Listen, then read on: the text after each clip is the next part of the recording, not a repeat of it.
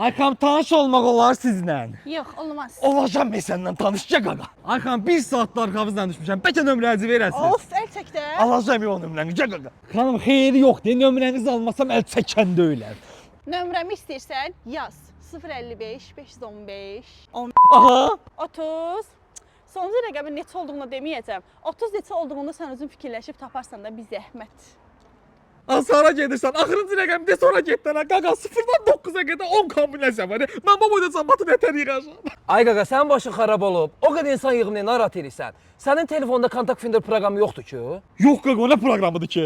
Bax qaqa. Bax qardaşım, bu Contact Finder proqramıdır. Birinci proqrama daxil olursan, istədiyin ölkəni seçib, nömrəni yazıb axtarırsan və sahibin kim olduğunu sənə göstərir. Bax burada görürsən, öz adın olan etiketləri də gizlədə bilirsən.